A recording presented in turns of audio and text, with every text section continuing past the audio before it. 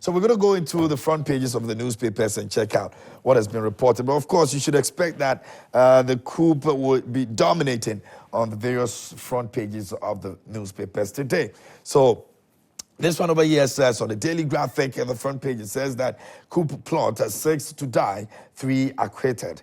And it's got a picture of ACP, Dr. Benjamin Agozor, and also Colonel Samuel Kujo, actually also captured over there, who's also been acquitted as well. Now, looted Asante relics returning home. That's also on the front page of the Daily Graphic today.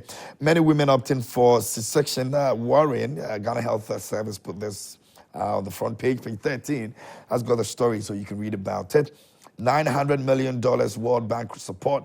Government receives the first tranche, $300 million US, and that's also on the front page of the Daily Graphic, page 36. It's got a story on that on the back page. Disappointing rain ends Houston's Ghana adventure. And right now, as you know, he's been sacked as the coach of the Black Stars. So who comes in next? Your guess is as good as mine. So we're patiently hoping. But of course, there's been cause for the dissolving of the GFA as well. I am even thinking they should target the ministry as well. The amount of money that was spent within this short period of time that we've actually gone for the AFCON, if you're looking at the price package for the entire tournament and what the Black Stars have spent already, there's money in this country. Don't let any politician lie to you. There's money in this country. Anyway, Ghanaian Times this morning is reporting on the coup as well, and it says, attempted coup plot, 6 to die, to hang for treason, ACP Agozor and 2 others freed. And also, World Bank approves $300 million US for Ghana to promote economic growth. The monies have started coming, page 8. It's got a story on that, you can read about it. And Houston sacked after Ghana AFCON group stage exit. And GRA targets 146 billion Ghana cedis in 2024. And that's also captured on the front page of the Ghanaian Times. At the back page, it says Houston sacked after Ghana AFCON group stage exit. Angola secure 116th stage AFCON ticket with a win over Burkina Faso. And that's also at the back page of the Ghanaian Times. Let's get into the Daily Guide. Daily Guide this morning is reporting on the coup as well. And I said you should expect that it will be running through the various front pages of the papers. Now it says Big 6 coup plotters to hang, 3 acquitted, and Ghana, Estonia hold digitalization talks. Page 6 has got a story on that. And away from that, Hajj season begins. And also, Asabi calls for probe into Melson's death. And the US-based Ghanaian immigration lawyer sued for fraud. That's also captured over there. Now, let me get into the middle page somewhere of the Daily Guide. And it says that on entertainment, Yul Edochie announced his own church, and Mercy Esiru debunks death rumors. And Ryan Gosling disappointed in Oscars. And those stories coming in the middle page of the Daily Guide newspaper here today. Now, the back page, it says GFA sacks Chris Hughton and Ivory Coast fire coach as well, despite last 16th qualification. And Mourinho rejects a Saudi deal. Pink October Golf supports Kolebu in again.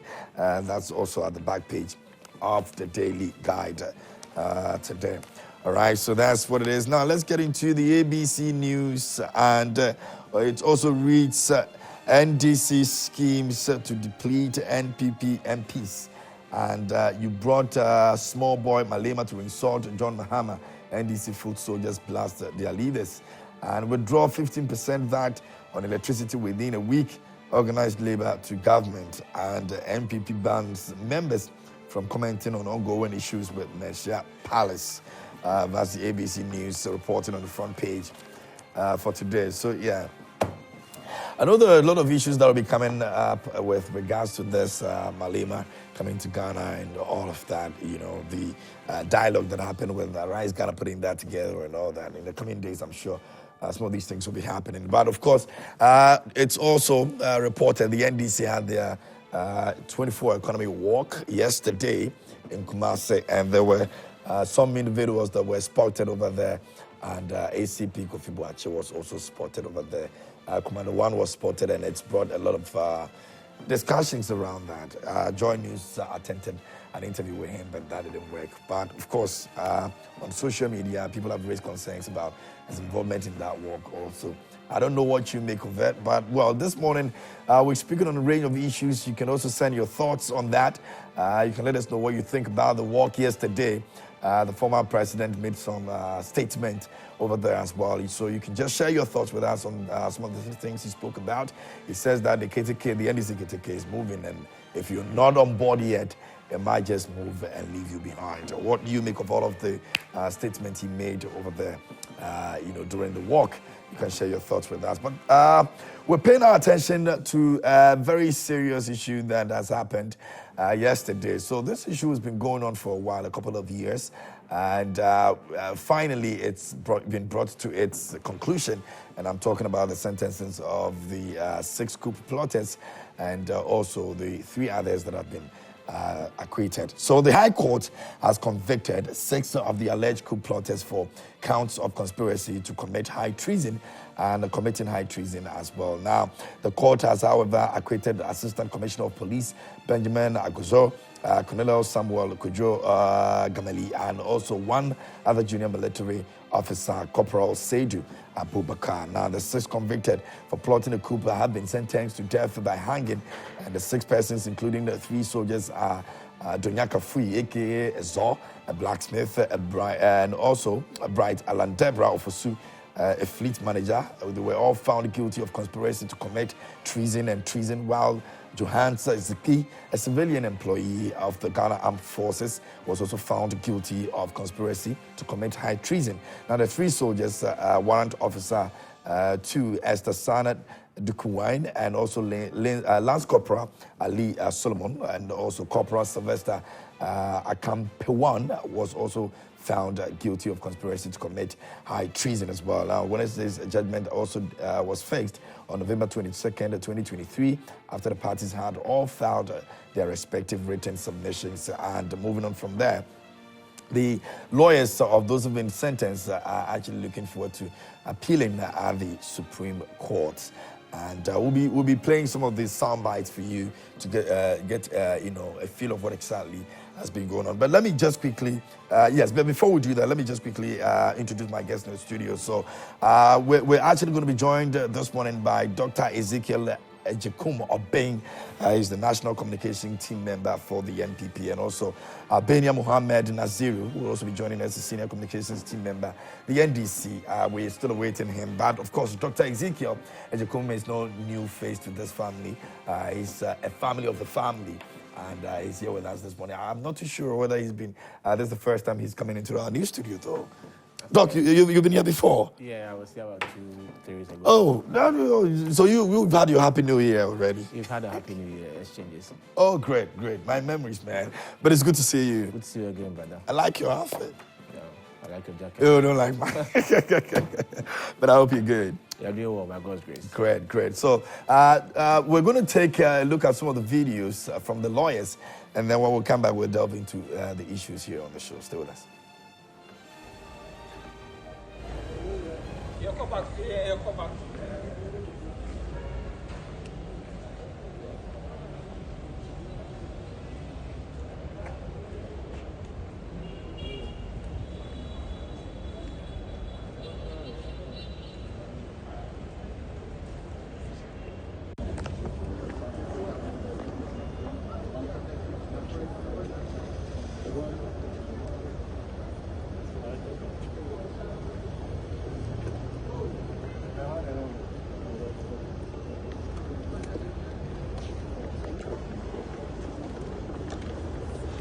And you see that from day one, Agojo had always made it clear that, listen, he was just giving advice about how to get citizens active, the TAG group as an NGO to get active. And there was going to be a demonstration. Then he said, look, pass through the legal means. Because he said, look, conditions are ripe in Ghana for another spring. And you see, since the time he spoke, it's gotten worse. That was before COVID hit. And you are aware that when COVID hit, about 850,000 more of our fellow Ghanaians were, pushed down into the, below the poverty line. So now more people are hungry, more people are out of jobs. You see, unemployment is gone through the roof. So these are the things he's talking about. lack of food, unemployment, etc., the suffering of the masses. That's all that he said. So he said, look, if you are going to demonstrate on such matters, pass through the legal channels. That's all that he said. And yet the state wove a very frivolous case, frivolous to the highest degree, around his neck. And today you see the court has exonerated him. We'll sue the state for compensation, because this case has always been frivolous against him from day one. We look at malicious prosecution and all the other causes of action, because this case against Dr. Agojo has always been frivolous to the highest degree from day one. And the Attorney General knows it. I think I've spoken to them. I think one of my clients has been acquitted and discharged. I believe that the evidence we have put before this court, they hadn't critically looked at some of the cross-examination and evidence, some of the loopholes. And I think that it's a process. We would definitely be going to the Supreme Court for it to also look at the evidence. We believe that some of the charges, you saw the soldiers, it was conspiracy, but they've been acquitted on the substantive charge. So these are things that we would test. We will go to the Supreme Court and see. But I believe that looking at what we have put before this court, we have done it, and we will go to the Court of Appeal. Today is a really, really a sad day because, yes, because it's a sad day. If you even look, they don't even have an E. All right, so those were lawyers of those who have been acquitted and discharged and those who have been sentenced as well. Now, they said that they are going to appeal at the Supreme Court. Lawyer Martin Pebu actually also spoke about what they intend to do with respect to the ACP, ASP, Agozo's situation. Now, during the processes, he was actually not active in the service, and so it means that a lot has been lost, and they want to, sue for damages and all of that.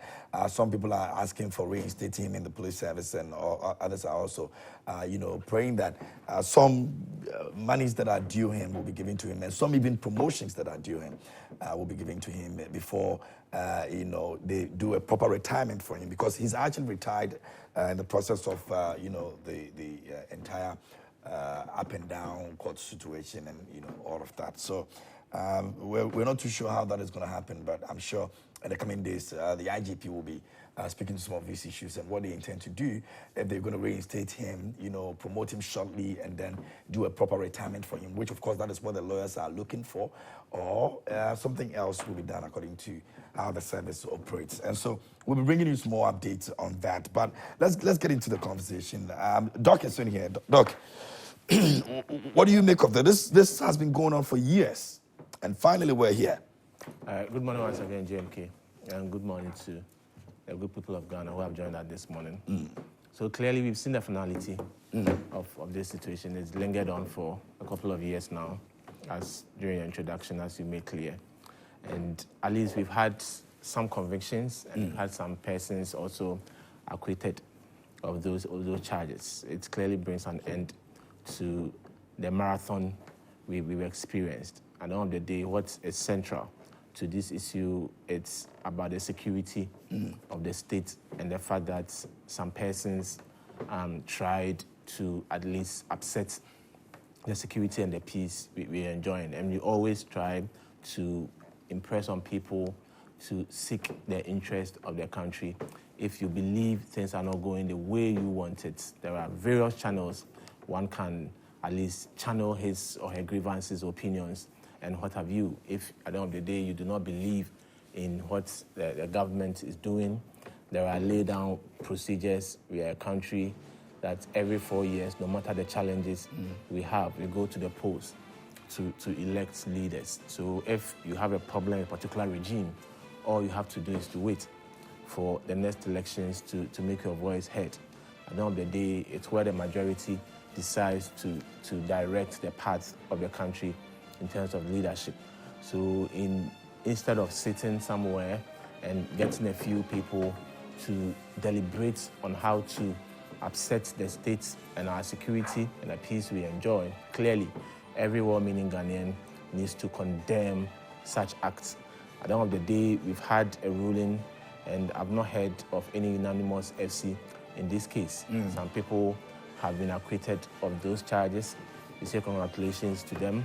I believe the courts definitely heard their plea, heard the case, their interrogations, evidence available, and the court took such decisions. For those that have been convicted, 6 of them, and it's quite unfortunate. But at the end of the day, it's the state that is supreme. It's the interest of the state that is supreme. If individuals need to go down for the benefit of their country, for the interest of the country as a whole, then so be it. If the court that has spoken, everyone has the opportunity to seek redress, whether you go for appeal or you go to the higher court, Supreme Court, to actually seek interpretation of what happened and probably seek a review or a redress of what happened. So yes, let's use the opportunity to remind ourselves that the only country we have is Ghana. People have toiled for this country to be where we are. We don't just pride ourselves as the first country in Sub-Saharan Africa to gain independence for nothing. The independence, if nothing at all, brought us some sense of ownership and the fact that we became a sovereign state. And that should be our paramount interest as a people, that at all times we need to seek the interest of the country. We need to seek the development of the country. We can't develop in a state where there are rumors of coup happening day in, day out. We can't develop as a people if indeed we are seeking to upset the peace of the country. Investors will not come into a country where there is instability. So in order to grow, in order to progress, in order to develop as a country, one of the things that has really helped Ghana as a country is the fact that there's relative peace and stability in Ghana compared to other sub-regions. Over the years, the reports that come, the gradings that come regarding peace and security within the sub-region and Africa as a whole, Ghana is always ranked very, very high. So we need to protect and guard it jealously. Don't let's use our personal interests come in the way of the interest and development of the country. So once again, let's seek the interest of Ghana. If you have a problem, there are ways and means, channels to seek redress. If you are not happy with a particular regime, all you need to do is to wait for the appointed time to come for your voice to be heard. But once again, there's no development in the country where there's riot. There's no development in the country where there's no peace. A military rule and disturbance of our democratic rule as a people would definitely not augur well for us. Some of us did not live to experience the days of coup d'etats and the imposition of restrictions on the country and the individuals that lived at the time. But of course, if you listen to some of the people that have at least experienced those days, none. There hasn't been any single person I've spoken to or heard anything from that described those days as enjoyable, that described those days as peaceful. So at the end of the day, let's guard the peace of the country. Let's guard the democracy we have, the sovereignty we have as a people, and let's not at any point jeopardize the peace we are enjoying. So kudos to the courts. Once again, people have the opportunity to seek redress if they are not happy. Obviously, we've heard from the lawyers of those that are acquitted and those that have been sentenced well to saying they wanted to go to the Supreme Court to go and seek redress because they believe that per the evidence that were made clear before the courts, they had a case. Except to them, the judges did not rule in their favor. They have their liberty. Let's encourage them. At the end of the day, if they go to the Supreme Court and the verdict is the same, then they will know that indeed they did not have a case. And it's unfortunate how the lives of certain people is going to end up. But of course, like I said, it's the interest of the states that needs to be guarded. Great. Now, we'll be looking at the other aspects of the concerns that have been raised about those who've been acquitted and what they stand to lose moving forward, and because it's been a long period. Some have lost their positions, some have lost their livelihood through that and all of that. And it's because of our court system and the way it operates. It takes a longer period of time for some of these issues, to be resolved. We'll be looking at that aspect of it. But Mohammed Nazir has joined us this morning as well. He's a senior communications team member for the NDC. Good morning, sir. How are you? Good morning. Good to have you here on the show. Great. It's my pleasure. This is your first time in our new studio, I guess. Yes, this is my first time. So I had to be, going up. Oh, you did. Quite a great improvement. It's fantastic. Great. In that case, Happy New Year to you. Well, Happy New Year and many happy returns. Awesome. And to my colleague, co-panelist. Great. All right. So we're basically looking at the coup. I mean, it's basically on all the front pages of the newspapers this morning, as expected. You know, because this is a big issue that has been running for a while now, and finally we've got into the sentencing, and those who have been acquitted and discharged. What do you make of the entire situation?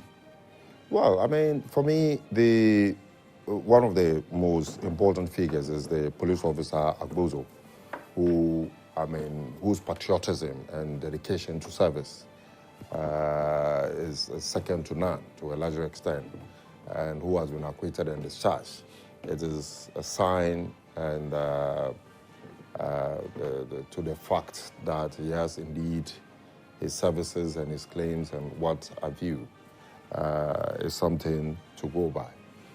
But moving forward, for me, just like you were saying earlier on, all this, it's been about 4 years? 5 years. 5 years, yes. And his, reputation, the hitherto progress that he would have made, the fact that he has been, made to sit at home and to continue all this. And the fact went that on retirement through that. Through that. And it's a very painful thing. But at the end of the day, I think he has been acquitted and discharged. Whatever the other issues are, I think if you listen to those who have been sentenced, you would also hear them not agree with the courts in the sense that they want to believe they are not guilty of the charges that have been professed on them. So at the end of the day, they also have the opportunity to pursue further if they so wish, or accept to the sentence. The one most important thing is the one is supposed to be hanged also. Yeah, they're sentenced to death by hanging. Their bodies will be determined by the president where it should be buried. Good. This another very important issue, because if you do a critical analysis of the fact that Ghana itself is a signatory to end this, death sentence, and the fact that it is still in our legal books and people can be sentenced to death, especially through hanging, it sets my mind boggling. What is the position? How is that going to be done? Even though for the past, I think, 30 or so years, we've not had the president, actually assent to the killing of anybody who is supposed to die through sentencing. So for me, it's very, very dicey. It's very confusing as to how all those things will be carried on. And the fact that the last time when we were talking about some other issues with sentencing and prison, I remember very well the president also has to raise the issue of cost to the nation. If we don't intend to carry out that mandate, then it means we're going to continue to feed them, to continue to protect them and provide them the necessary health requirements, which will come at a cost to the state. And this is some of the things. So to what end should we at this time continue in this direction? Do we also have to look at other ways we can accept those punishments and not really get the state too much involved in terms of cost? Yes, let's begin to look at other ways that would, make things, far easier for both the, the accused and the state, so that at the end of the day, we find a balance that would ensure that we don't necessarily get ourselves so fixed into such things. Whatever the situation is, it's pretty obvious that some of the accused people are even dead as we speak. And what about them? How would their families take such judgment today? We cannot run away from the fact that such trials may contribute to deteriorating health condition of people. And if today they are found not guilty, what are we also going to look at to give the necessary compensation to the people who so deserves it? So in a nutshell, well, peace continues to prevail in our country. There is nobody who intends for me in the NDC to overthrow a government. That will be disastrous. That will be detrimental to the effort. If you go back to history and, see the roots and the genesis of the NDC as a political party and what we aspire to achieve, one of them is stable democracy. And to a larger extent, we are on the way achieving that objective. Today, Ghana has become a model of democracy throughout the world. And in Africa, we are indeed the black stars of democracy. So we need to guard it, protect it. But it is a two-way affair. I believe that in our attempts to guard democracy, we should also admonish leadership, people in position of trust, to also, live up to expectation. It is very important that we don't see, the recklessness that we are witnessing today in terms of leadership. We don't see the massive corruption that would not get people continue their hope in the democratic principles and democratic processes of changing government. If it continues in this way for a longer time, I want to believe that the good people of Ghana will begin to lose interest in the democracy because it doesn't yield any benefit. It becomes an avenue where the elites, continue to enrich themselves to the disadvantage of the majority who are poor. And is indeed, if we continue in this direction, a threat to the democracy we all aspire Ghana to continue. So let's look through very well and make sure that at the end of the day, the balancing is always there to ensure our democracy continue to strive. Okay. Now, moving forward, and quickly, I would like us to look at the court processes, and the time it takes. This is not the first time that we've had to talk about how long it takes for, the courts. I believe that a lot of work goes into investigations and all of that, but it seemed to become a problem when continuously we have courts, sentencing of individuals that have committed crimes take a long period of time before we're able to get there. There have been concerns about how the court is operating and, because there are so many cases they have to deal with and all of that. How do we move past that stage? I believe one of the issues back then was the fact that the court was had a lot of cases. Yeah. The fact that we were still in court stuck in the old days where everything had to be of paperwork. And flipping through pages and locating pages, going to records room to pull out files and all that really affected the court's processes. So there were some advocate for some digitalization to help ease the burden on the court, who to a large extent the state has done well in that regard. But this is a criminal case. And if you listen to lawyers and those in the legal fraternity, criminal cases, first of all, are very, very difficult to handle.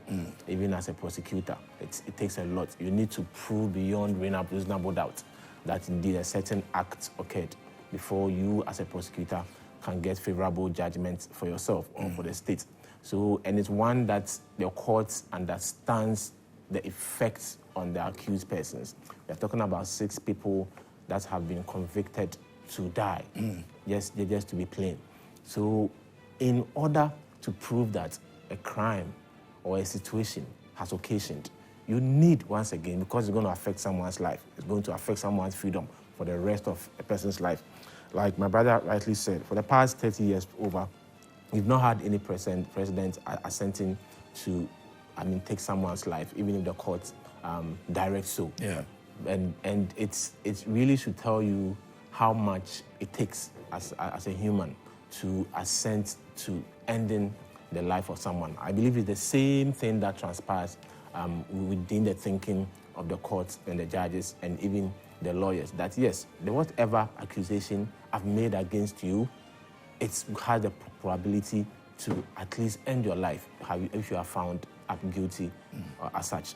So it needs a lot of time, it needs a lot of resources, it needs a lot of deliberations to be able to come to the conclusion, for example, the court came into. So I believe when it comes to criminal prosecutions, yes, if there are bottlenecks within the judicial system, that needs to be cleared. Obviously, we are all for it. But of course, if we are going to take 10 years to make sure that at the end of the day, we get a right judgment, so be it. Because you don't want to have a miscarriage of justice where people's rights were not properly adhered to, where people's evidences, whatever, that could have at least helped someone's case, were not given the right time or enough time for the court to hear or for the people to put across their case. So yes, we've had issues, but if it's about criminal cases, that the legal persons would say, it's really one that requires a lot. You need to, once again, prove beyond reasonable doubt. And proving beyond reasonable doubt means you need as much as possible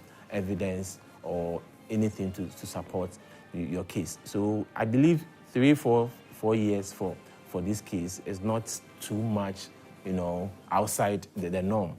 And I believe there are cases that have pended over 4, 5, 10 years, and we are still dealing with such cases. So yes, if we can expedite delivery, if we can expedite judgment, so be it. But if it borders on people's lives and their life they hold, then we need to go every length and every breadth to making sure that people have the right representation and enough time to put across their case and make cases for themselves before final deliveries are made by the court. The effect that comes with that, is what we're experiencing right now in Agoso's situation right now. If you listen to his lawyers, they are particularly not happy about the kind of charges that were actually pressed against him, which he describes even as malicious, and they want to even thrive on that to seek for redress. He accused the Attorney General of pushing, beyond some of the things that were totally unnecessary, to put him in the situation he is in right now. He's lost a lot. His work, his family, and all of that. If we're going to always take all that time and eventually come to a conclusion that this person is free and can actually go, how do we ensure that the other side of the situation is looked like? Beyond just somebody or a lawyer being present for whatever damages they want to press for. You see, for me, I continue to believe that it should be a collective effort from the investigative body through to the courts and then to sentencing. There are instances where if the state had a very robust, security system, would not immediately prosecute a matter in court, but would follow it to the latter to discover all the ring and the individuals involved in the matter with tangible evidence. Before then, they will proceed to the court, and then it can speed, prosecution. Or doing it the other way as it's been done now, because it borders on state security. You don't waste time to say, you need to gather more evidence. Get the people first, continue to gather what evidence you can get, and then prosecute the matter. But if you ask me, I prefer the earlier one where the state security is very robust. The state security understands what they are doing. They are resourced enough to ensure that in the attempt to arrive at a particular charge upon an individual, then they have done, many years of investigation. They've taken time to analyze the situation to know where exactly they can, get, flaws from, so that they can now proceed to the court and prosecute the matter. It goes a long way to help even the court itself, because then the courts will not be overburdened with a lot of cases where you hear the prosecutor, you hear the state attorneys, always asking for time to try to present what it is the necessary evidence for prosecution. It's become one too many. We need to really look into that matter and find a way to solving the problem. I mean, in many advanced economies, you see how important. Some people have been left off the hook for about 10 years, continuing the same crime, just to ensure that, look, we want to identify all those people involved in it. So we need to monitor the person. The person is under strict surveillance until when they realize how deep the situation is. Then they gather all the evidence and go for prosecution. Let us also begin to empower our state security to continue or to also start pursuing things from this direction, unlike the current situation where I mean, the entire national security operatives will be involved in land litigations and stuff like that. That would not be, it's a serious business. State resources are being used to cater for you. So we must put them, I mean, give them the necessary training first to also, I mean, give us some returns on our investment and ensure that we don't continue in this direction. This is very, very old-fashioned. Today, as we speak, we cannot run away also from the fact that technology needs to be enhanced, even though there has been some improvement, at least with the High Court that was, I mean, built under the Mills Mahama administration, where you can see clearly that it's automized. Let's see many such things. Let's have them in the region. Let's have them in the, districts. And I believe strongly, lazy attorneys, state attorneys, lazy, prosecutors would now begin to find it very difficult to continue idling on the job, because if everything is set and it's moving, the whole world will see you. You don't have any excuse. The whole world will see you and will realize that you are not fit for the job. If you need to be changed, you are changed. If whatever needs to be done to you, it is done. And the court itself, on many occasions, have had cause to, chastise such state attorneys, such state prosecutors, to the effect that they are, drawing the court back in the forward march to ensuring quick delivery of justice. And I've had time to, sanction such people moving forward. So I think that should continue, but people should also volunteer that. In any case, I want to believe that you cannot gather the necessary evidence without the cooperation of others. The state itself, the citizens, when you have, facts, or you can help the investigative body to unravel a certain situation, let's begin to cooperate. And then the security service also protects such individuals. That is how we can speed up our effort at ensuring speed justice. Great. And on that regard, you want to say, some commendations to the Chief Justice, especially with the Justice Council situation, where she was very swift in ensuring that law, judge was sacked. If you remember, the judge, instead of getting onto the issue, was making advances at the woman who had issue and needed to be resolved, And so, like you rightly said, some of these things, they're collaborative effort. Yeah. We all have to ensure that, because this would definitely delay process. Sure. Because if you're supposed to do ABC for me and you're wanting something else before you do it, then it means I'll be coming to you back and forth, and the issue will be pending for the longest. Oh, yeah. So and many have suffered that. A lot of people are still going through that.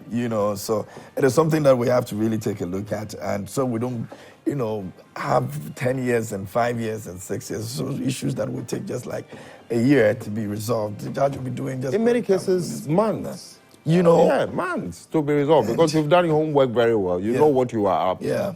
You understand? People cannot escape it Yeah. when you put, facts on the table for the judges to consider. So it takes few months, Yeah. and the matter is prosecuted. That's all. Anyway, so that's our issue. You can also join us here and share your thoughts with us. Let us know what you think about the 6 that have been sentenced to death, and also the 3 that have been acquitted and discharged as well. You can let us know what you think about it. If you've got any story you want to share with regards to our court system and how it operates, maybe you have a personal situation in some of the places that you live. You know, some people whose cases have been pending for years and all of that, and some even have personal experiences that they want to share. You can also send them to us here on the show, and then let's see, we can all together make our court system, you know, the best that we want to see out there. So whilst we're doing that, we're moving on to our next topic, and we're talking about the wound to me and the Menchia Palace issue. So yesterday there were reports on social media suggesting that Otumfuo Osei has said that they should discontinue the issue with wound to me. Now that story is false. Actually, there's been calls placed to the Menchia Palace. Our sources here, Joy News, have done that, and there's nothing like that happening. And so, I don't know, but look, Yeah. as for this one, I know it's a big issue that you have to solve. But don't forget also that Wontumi says that he has never said anything of all the things that have been, you know, said against him. What do you make of this? Are you worried that, you know, getting to elections, some of these comments is putting the NPP in that position right now? Your leaders were there at Menchia Palace to see and have a way of solving the issue. They were asked to go and provide the person that they are looking for, and all of that. The elections is just around the corner. It's not necessarily about elections. If we are looking at everything within the telescope of elections and votes, then we will just be whitewashing issues and not tackle issues head on. I don't think it's about elections. I mean, it's about institutions and traditional institutions. I've personally not seen any tape, video evidence of what the regional chairperson has been accused of. I've not heard of any audio narrative of same. But of course, I believe that the traditional leaders who are making the case against the regional chairperson would not once again also make a case in vacuum. But of course, in the end, we trust and believe in the wisdom of the Asantehene Otumfuo Osei. So I believe it was quite proactive that the party leadership, led by the General Secretary, took such step. It shows the commitment of the party in resolving the issue. If when the issue broke, the party leadership sat aloof and decided to let the case take its natural course, then we would have said that the party is not committed to ensuring peaceful coexistence between us and the good people of Ashanti who are represented by their chiefs. So congratulations, well done to the General Secretary and the National Organizer for taking such step. But of course, when they went to the palace, they were clearly told that the chiefs clearly made it clear that they would like to see and hear from the regional chairperson. There have been a lot of conflicting stories here and there. Various online reportage also has it that they also can confirm from reliable sources that this is what Otumfuo Osei has said. But I would want to believe that being born and bred Ashanti, who understands the customs of the Ashanti people, the regional chairperson of the party would not go out of his way to disrespect the kingship and the kingdom of the Ashanti people. So, but in the end, we would have to at least give benefit of doubt to the chiefs and the people. In the end, you can see some of the political connotations being drawn here and there, and we know it's when such issues break, it becomes a harvest season for political opponents to milk as much as possible any political benefits. But I'm sure that in the end, when everything settles, when the dust settles, the ties between the New Patriotic Party and the good people of Ashanti region, who have been the backbone of the party, would grow stronger. We would have more happy days. We would have better coexistence and relationship with the good people of Ashanti region. In the end, once again, we will trust in the wisdom of the Asantehene to give proper verdict, give proper directive. And I know he's a listening father. He's held various and said on various occasions to help broker peace in the country. He was very instrumental in the Abudus and Andani situation, where for once we were able to have lasting peace within those blocks. So yes, once again, Otumfuo Osei-Tutu, being the chief, the king, we know with the accolades and the expertise and the wisdom that he possesses, he will definitely hear both sides. He will listen to his people, he will listen to his chiefs, and he would listen to the party and the case of our regional chairman. And in the end, we know he will proffer solution, he will proffer better and more understanding judgment in the end. So let's see how. We would not have moved from this stage if Wontumi has, presented himself already. All the back and forth we're going through now, wouldn't it have been better if he had shown himself at the palace? Well, I don't know what has been done in the background. Sometimes, according to them, he's unwell. Well, I don't know his health status. I'm not the medical person taking care of or Mr. Wontumi, so I can't speak to it. But of course, I would have to trust what my party leadership says, that indeed if he's not well, then he's not well. But the chiefs from the video, I quite remember, they want to see him even in a wheelchair. On Monday, actually. Unless, of course, they're able to identify that he has a medical report that he brings to them, signed or endorsed by a doctor, before they believe that at least he has some health concerns. But of course, that speaks to tradition. And Honorable Wontumi understands tradition. And this is tradition at work. So by Monday, he will show up?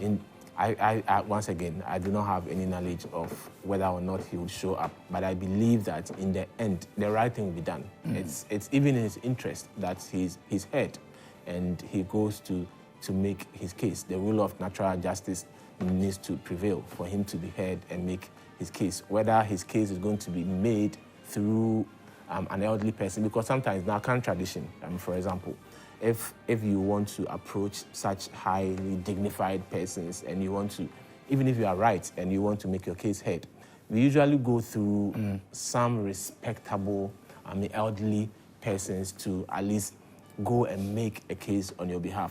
So he might even represent himself by not representing personally. I believe he can speak to certain people that have, audience and have the respect amongst the chiefs and the people of the Ashanti region to even make his case for him. So yes, I believe at least he needs to be heard, and it's just in his interest to at least make a case for himself. But it's quite a dicey situation. We do not want to, read so much political meanings into it. Let's take it as, the usual traditional means of resolving issues when there's misunderstanding, when there are statements alleged to have been made that did not sit well for our traditional leaders. I believe in the end, this will be solved, and the Manshia Palace would proffer the needed solution to this. And the party is keenly interested. We respect the Otumfuo Osei-Tutu and the Sikadwa Kofi. We respect the Ashanti people, and we appreciate them for the support they've given the party throughout the 30 years plus that we've existed as a political party. And we'll continue to have that friendship and relationship with the Ashanti people. We will not take their support for granted. We will not take their traditions for granted. We respect and accord them all the needed respect that they need as a people and as a tradition. And the NPP will continue to work with the Ashanti people, and we will seek the interest of the palace, the king, and the land and the stools, and all chiefs and persons within the Ashanti enclave. Very well. I wonder if Wontumi will speak the way you've spoken this morning, but Alaji.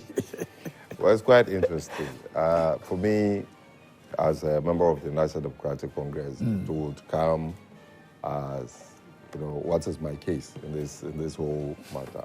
The only interest we have is the fact that we cannot look on for an important institution like the Asante King, being denigrated for someone's, selfish interest. It will not augur well for the forward march of our democracy, because the chiefs play a yeoman's role. You take the issue of, I think, up north in Yendi. The conflicts. Where such revered individuals have played a leading role. I feel just like I would feel if someone, especially unprovoked, attacks the national chief imam. I revere him so much, and that is how I see the people react to the matter. But you see, to go into the nitty-gritty of it, I saw the publications yesterday before evening. I saw a counter publication from Joy News, and I said, yeah, this is because when I saw the earlier publication that sought to suggest that the Ashanti has called a halt on this matter, I also, asked my contacts out there in Kumasi, and it doesn't seem to be right. So I wasn't surprised to see Joy News, coming out with another, publication to indicate that the master still stands. It will not be in the benefit of Wontumi himself if he continues to engage in such gymnastics on the matter of this gratitude. Everybody knows that, even the uninitiated, Wontumi is speaking a language of particular people, and he's speaking the language of President Nana Addo Dankwa Akufo-Addo and Vice President Bawumia, because they have given him support consistently to continue to be reckless. I don't know an individual in this country, except the National Chief Imam, that I would say I've never heard Wontumi make a derogatory remark about. Consistently, Wontumi has recklessly, some have taken him to court, he's lost cases in court from what he has said, and which is not the best for a political party whose nerves are in the Ashanti region. I want to believe that the entire support, the entire agenda to continue pushing Wontumi as the leader and chairman of the Ashanti region is part of the grand scheme to ensure that they weaken the Ashanti front in the MPP. Because Wontumi has not been able to, justify why he should continue to be a chairman. Under Wontumi's leadership, the NDC has been able to, expand its fortune. We have moved from about 2 MPs to about 4, getting to 5. We are making a lot of progress in the Ashanti region. Consistently, the Ashantis themselves have asked that if they want an individual to represent Ashanti, I don't think it is in the caliber of Wontumi, because he falls short of many the standards set for Ashanti leadership. But he continues to be the leader. But let us not also forget, Wontumi is not the first person to attack a revered chief, and go scot-free. What about our own Freddie Blay, where he attacked the Asokli chief, former chairman of the party? Up to today, there's no, apology. There is nothing like being remorse about the issue. He said what he wants to say, and that is what they want to say, and they keep going. I want to believe that this issue with the MPP, and not only MPP under the leadership of Nana Addo Dankwa Akufo-Addo Bawumia, is not the first time. I remember very well at the same Otumfuo's Palace, where Bedioto, secretary to the president, Gabi Ochiridakwe, and many other families of Nana Addo Dankwa Akufo-Addo and appointees had to rush to the Ashanti King to, seek forgiveness for some of the things, because he had to take the Ashanti King himself to spit fire and say that he is aware of the grand scheme to denigrate him by such individuals. I mean, they went there, everybody saw them. They knelt to beg him, and he forgave them.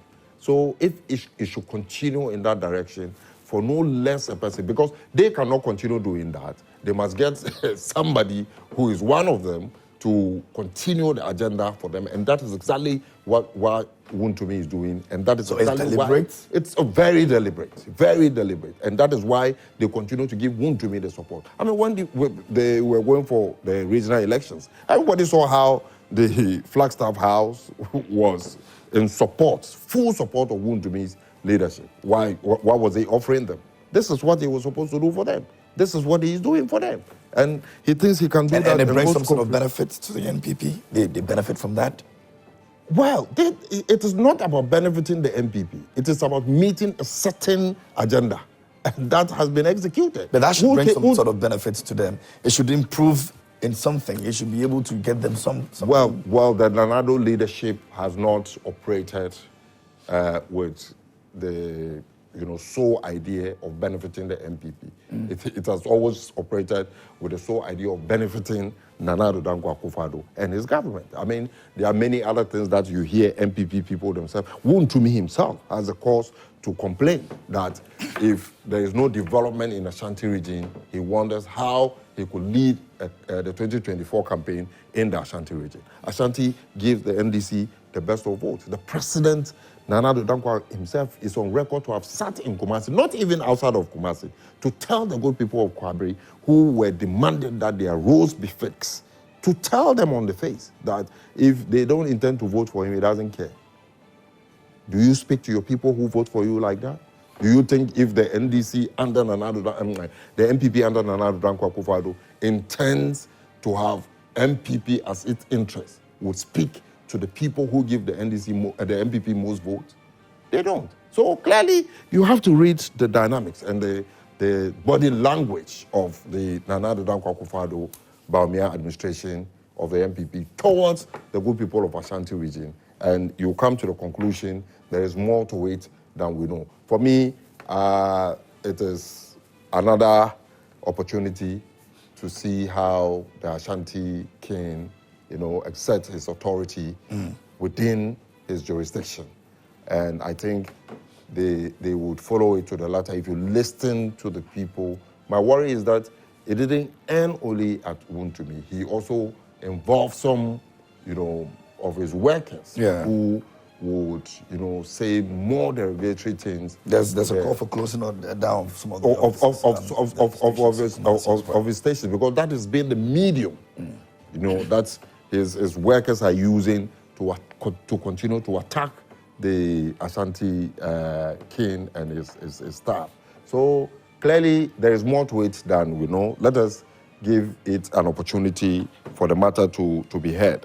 We also know very well that one of the things that is very clear, and Wontumi cannot run away from that, is the fact that after the Ashanti king has directed we stay away from curses in the region to ensure peace and harmony, Wontumi is on record to have cursed one of his lieutenants, that is the Ashanti king's lieutenant, who happens to be a member of the MPP. And that alone is a matter that can also be heard on its own for violating the directive of the Ashanti king.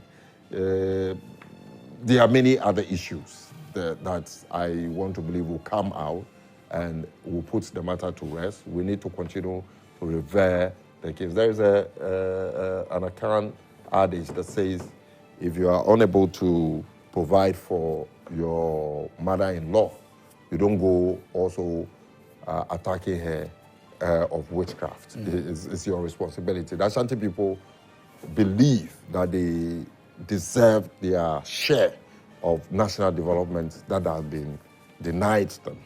And if you are unable to give them the national development, as of yesterday, when His Excellency John Dramani Mahama, started his Ashanti region, the 24-hour walk. Yeah, 24-hour walk as part of his meeting the people.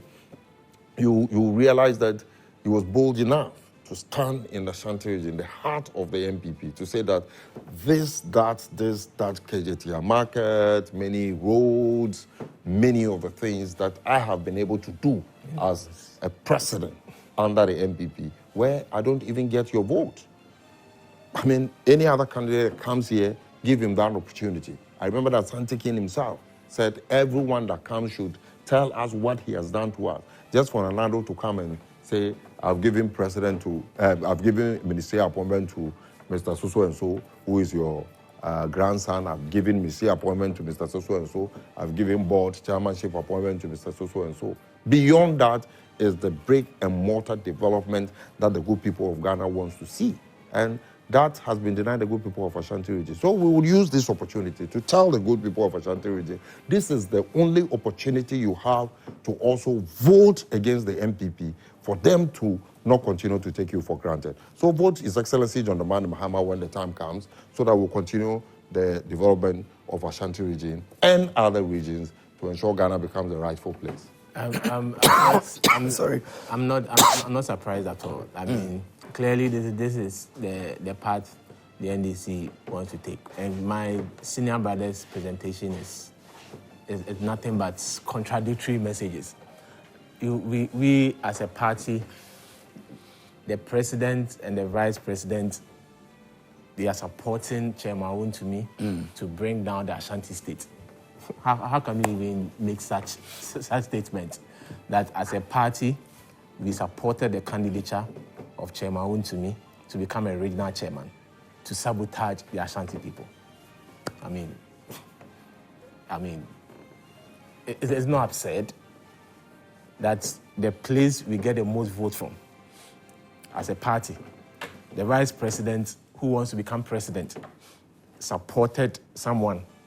Granted, you claim the president's action and inactions, everything points to the fact that he wants to satisfy himself, not the Ashanti people. Let's even put the president aside. The vice president who wants to become president supported the candidature of Chairman Wontumi, for Chairman Wontumi to bring down the Ashanti kingdom, for Chairman Wontumi to cause disaffection among the Ashantis. And the same vice president will go and seek for vote from the Ashanti people. The place in quote, you are claiming he's supporting someone to destroy, to seek for votes. How can you even say that? But clearly, we can understand the desperation on the part of the NDC. If there is anyone on record, any leader on record, who has insulted the intelligence and disrespected the entire Ashanti people, it's His Excellency John Dramani Mahama. The only promise of a road made with gold is in the Bible for each Christian. That when Jesus Christ promised that, yes, I'm not leaving you alone. I'm going to prepare a better place for you, and I'll come back for you later. A place made, the roads made with what? Gold. Mr. Mahama is on record to have told the Ashanti people that even if I make your roads with gold, you will still not vote for me. That is the disrespect of the highest order. To insult the people of the Ashanti region, to insult the kingdom of Ashanti, telling them that even if I make your roads with gold, you will not vote for me. That is so much disrespectful. His Excellency, the President, has not said anything like that to the people of Ashanti. The Vice President is on record. The kind of humility he has when he meets the Ashanti king, the way he even bows to the king, the way he worships the Ashanti king. The Vice President will not go and tell the Ashanti people that, I know even if I make your roads with gold, you will not vote for me. So you can sit here today, and because your candidate has disrespected the Ashantis and has told them that they are ungrateful, has told the kings of Ashanti and their people that you are so much ungrateful, such that even if I make your roads with gold, you will not vote for my party. That is an ingrate of the highest order. If you believe that the president sat in the Jubilee House with the vice president, machinated and orchestrated, helped Chairman Wontumi to become regional chairperson, and the same vice president who wants to be president, and the region the party will get most votes from, he is now set a machinery in place to distract and disrupt his own path to become president. Then clearly I don't understand where the thinking is coming from. But we are not surprised at all. This is the opportunity for them to milk political capital out of it. But the only person who is on record to have blatantly disrespected the entire Ashanti Kingdom is Mr. Mahama. How can you tell Ashanti people that if I make your roads with gold, you still not vote for me? What are you trying to imply? That what, you don't reason? That what, you are ungrateful? We are discussing an issue that purported have been made by someone, for which some leaders, traditional leaders of Ashanti region, have taken the matter up, and they are seeking the powers of their leaders to summon someone to come and explain himself. They are even asking the person to come and explain or tell them what they said. They are not even saying that we have found you guilty on count 1, count 2. They are just asking the person to appear before me. Then we go here, opportunity has come. Let's start swimming. Let's rope in the president. Let's rope in the vice president. That's what the vice president and the president sat to what? Run down the Ashanti Kingdom. It's the same president that worked closely with the Ashanti King to bring peace up north. It's the same president. And Otumfuo is on record to have pioneered the peace we had between the Abudus and the Andanis. And it happened under the regime of this president. If this president does not respect chieftaincy, if this party does not respect chieftaincy, we will not bring the solution we brought to the people between the Abudus and Andanis, a case that lingered on from around 2003, 2004. This is a party that has shown that we need our chiefs, we need the traditional leaders to be able to develop. Otherwise, we will not have brokered peace between the Abudus and the Andanis. Okay. The president will be given the title of Abudu Andani. And the vice president, his peaceful nature, his humility is not in doubt. But you sit on national platform, a public platform like this, to invoke the president and the vice president into this issue, all in the name of political gains. What are we trying to achieve? Okay. So tomorrow, for me to clear this notion tomorrow, I take a second to clear that. So tomorrow, if you are in power and a party person within the NDC goes to disrespect a chief, then we all come and sit here. That's Mr. Mohammed's doing. That's whoever is leading. I mean, come on. Let's sanitize our politics and let's deal with issues head on. Okay. The vice president and the president is never on record to have disrespected the Ashanti people and told them that even if I make your roads with gold, you will not vote for me. The president and the vice president will not do that. If you have anyone on record to have disrespected the Ashanti Kingdom, I think you want to Mahama. take the show. And you would and have to go back, tell him to go and apologize for the reckless statement. I'll come to you. Okay. Wrapping up. Okay, there we go. I've done nothing of that sort. Let me involve our viewers. This one says, good morning, KMJ. The NPP government has nothing better to offer Ghanaians. We just have to kick them out. AM from Cape Coast, JM all the way. This one over here says that, good morning. Wow, so it is Mahama who is at Menshia. Salman Faris in Tamale sent in that one. Okay, let me go. This one says, good morning, host. I'm Steve from Cape Coast. I think Wontumi is emboldened by the leadership of the MPP to misbehave. I remember when the whole Professor Nana Jenopoko Ajman was chosen as running mate, the insult he rained on her to the extent of calling her a witch. Okay, this one says, let me see. Okay, so it says, Akosi Gariba from Tamale says, good morning, KMJ, my MPP brother. Sentencing of the 6 coup plotters is a warning to every Ghanaian who's thinking of destabilizing this country, especially people who speak carelessly like Mr. Naziru and his likes. Mr. Naziru has not moral right to comment on Chairman Wuntumi's case. Ghanaians can still remember what Mr. Naziru said on TV not long ago about his ability to kill. BMW is possible. Okay, this one says that... KMJ, good morning. Okay, so let me go down. Good morning to you and your guests. When people get cheap money from politics, what wouldn't they do or say? It is not only Wontumi, but almost entirely NPP appointees. And the executive has grown that wings of arrogance, no respect for elders, chiefs and women. My regards to the incoming MP of Mioma, Alaji Misbao Sumani. And says, KMJ, please tell the NPP guys to stop repeating Abudu and Andani because it was their government that committed the heinous crime in the first place. It's a very long one. Good morning, Mr. Host and your panelists. What is the NDC man saying about our able regional chairman of Ashanti region? I am sure he's only finding a way of tarnishing his image and also to let everyone know the kind of fear they have for the young man going into the 2024 general election as his undefeated record stands out. Please let him know that the young man has employed a lot of youth in his various work fields, such as his media stations. If everybody in this country was to be using his money to benefit the youth, just like our able chairman, the nation would have been a better place to enjoy. No amount of mischief from him and his entire political party can let the Ashanti region have any interest in the National Democratic Congress as a political party who knows nothing but only to destroy what has been built. He should also be made to understand that the chiefs of the region are the best people to complain about the behavior and would sure they will rarely forgive him if he goes wayward against them as a traditional council. Complaining without putting out any solution is equivalent to playing empty drums without any rhythm.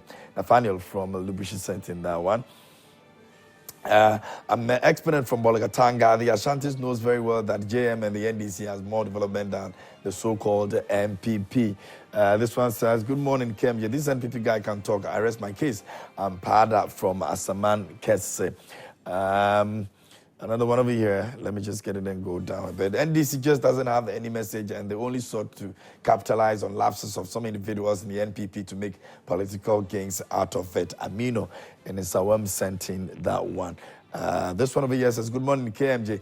NPP and Akufo-Addo is the problem of Ghana. Let's vote against them coming this year election. Greetings to my MP, Honorable Eric Opoku. Okay. This one says that... good morning to you.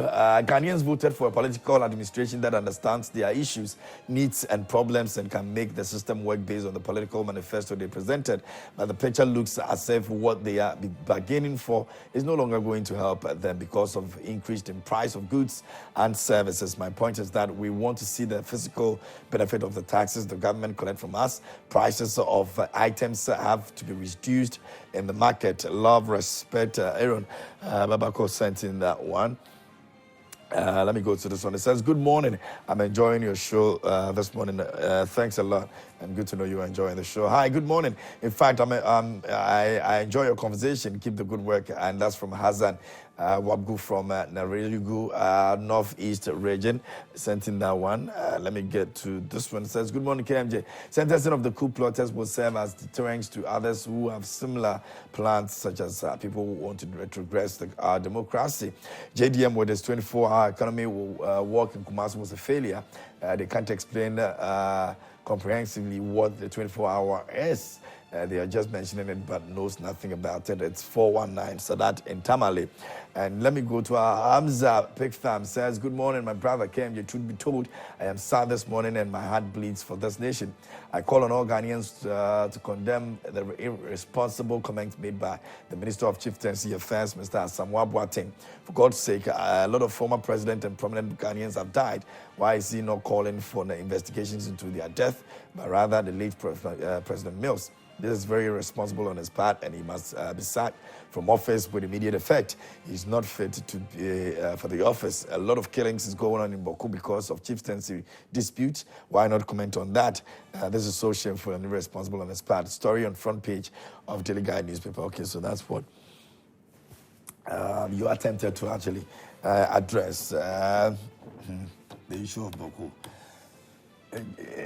Well, if you look at the picture right now, it's as though nothing is happening over there, but there's a lot happening over there. I don't know who's going to speak on it, but yeah. Alaji? Yeah, quick one. We have about 2 minutes, so maybe you do 1 minute for me. The Ashanti region and the Ashanti language is, they believe in linguistics, and they do it very well so that the language is very clear.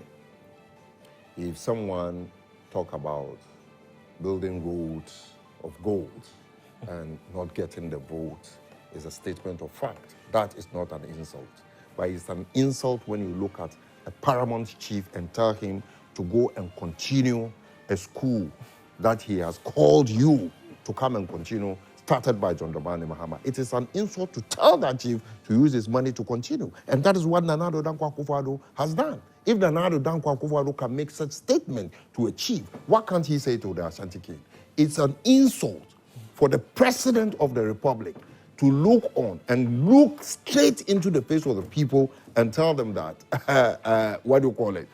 You didn't vote for my preferred member of parliament, so I also denied you development. That is direct insult. That doesn't look like the statement of fact to the effect that if I build gold roads for you, you will deny me vote. We had during the Kumewuba election where a lot of people say that they have been denied a lot of development, they have been denied everything, but they don't have any option, they have to vote for the MPP. To the extent that even people who hail from the Ashanti region are bold to tell the MPP that, oh, all our people need are T-shirts and they will continue to vote for us. Those are the insults, not for someone to make a statement of fact. I don't want to believe he understands what he himself is saying, to the effect that someone make a statement that if you build road of gold for you, you won't vote for me. And we are saying that we have built that road of gold, and we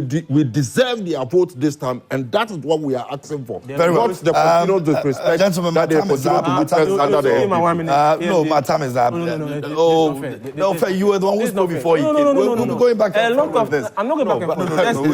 Just 30 seconds. No. I mean, it will not be fair, because if he makes another statement, I will also be giving the opportunity. You learned it before you came. I spoke, and he had the opportunity to react to what I said. No political party leader is on record to have insulted people directly, like Mr. Muhammad did. In Chi, if you tell me, say me the go to Poya Wako and want to Mamia, it's an insult to me. Okay. So yeah, this one is coming from a flag. Whatever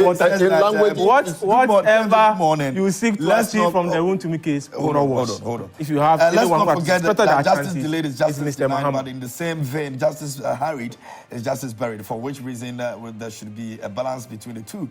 The most important thing is that the natural justice is respected and due process followed, and that's from Ofei Seth, NPP Communications team member. It says, greetings to Honorable Akwasi Afrifa Mensa, Amasaman constituency, which is a master class of an MP, not just a performance. All right, so that'll be our conversation for this morning, gentlemen. Let me say a big thank you to you for coming through this morning. Would you say Alaji? A happy birthday, belated birthday to one of your texters, Alaji Hamza? Alaji Hamza, right?